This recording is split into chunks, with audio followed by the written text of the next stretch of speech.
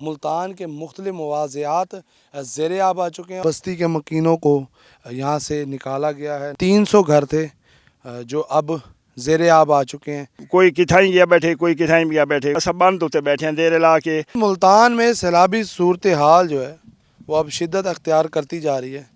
یہ جو مناظر ہیں دریا کے، یہ موضع ہمروٹ کے ہیں۔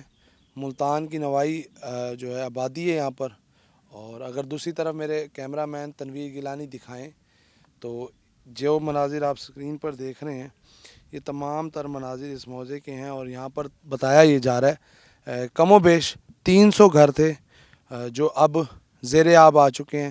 اس بستی کے مکینوں کو یہاں سے نکالا گیا ہے، نقل مکانی کی گئی ہے۔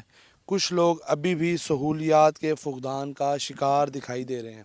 ایک بزرگ شہری ہیں ہمارے ساتھ یہاں پر موجود ہیں، ان کا بھی یہ کہنا ہے کہ ابھی تک سہولیات کوئی نہیں مل سکی۔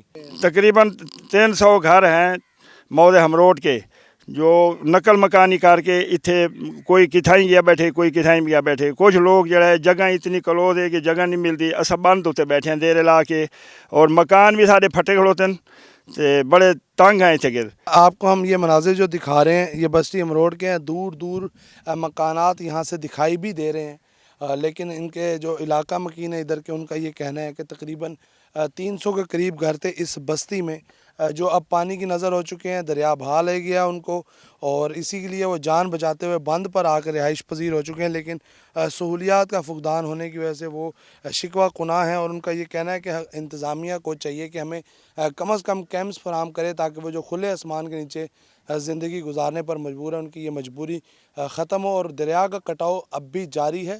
ملتان کے مختلف مواضعات زیر آب آ چکے ہیں، اور اسی لیے بہت ساری بستیوں کے مکین بندوں پر رہائش کرنے پر ہم مجبور ہو گئے، اور مال مویشی کو بھی وہاں سے منتقل کر دیا گیا ہے۔